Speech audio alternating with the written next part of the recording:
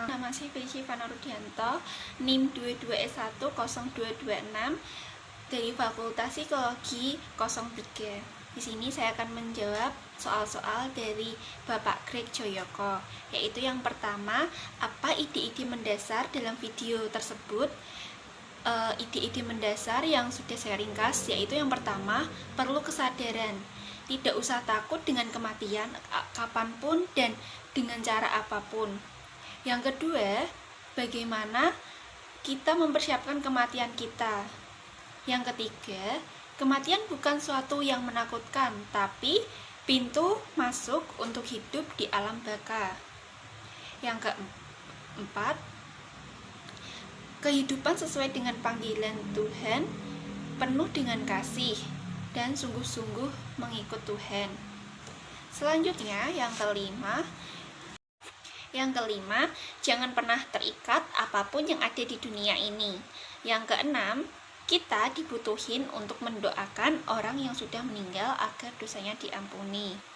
Pertanyaan yang kedua, apa yang dimaksud dengan narasumber tentang kematian yang harmonis? Bagaimana cara mencapai kematian tersebut?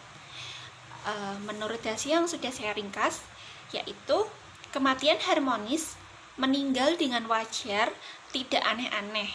Orang yang meninggal secara harmonis atau jiwa dan raganya siap untuk meninggal dunia, memang perlu persiapan.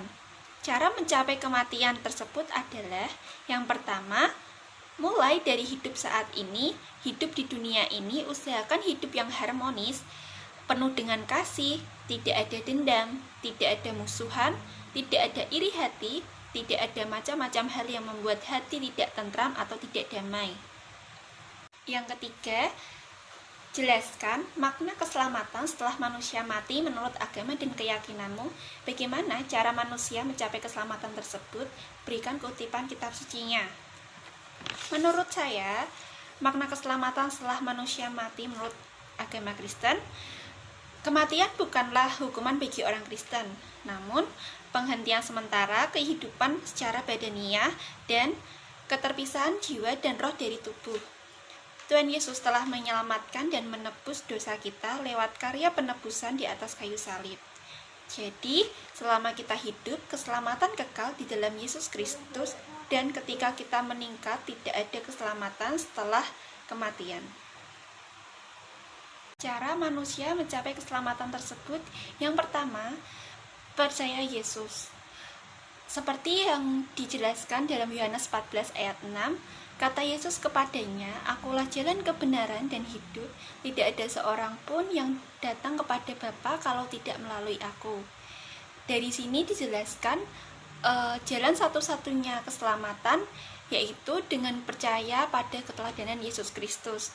Yang kedua, yaitu pertobatan.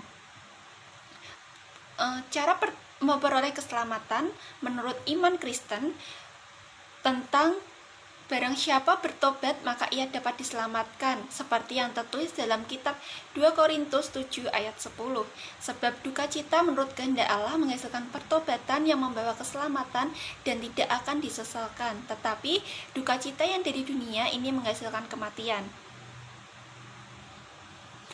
Ini jelas dinyatakan oleh Allah bahwa pertobatan seseorang akan membawa orang tersebut pada keselamatan yang ditawarkan oleh Allah. Dengan bertobat, maka hati akan beriman pada Kristus dan mempercayai penyaliban sebagai penebusan dosa agar umat manusia diselamatkan. Itulah beberapa cara memperoleh keselamatan menurut iman Kristen yang dapat saya paparkan. Sekian video dari saya, terima kasih.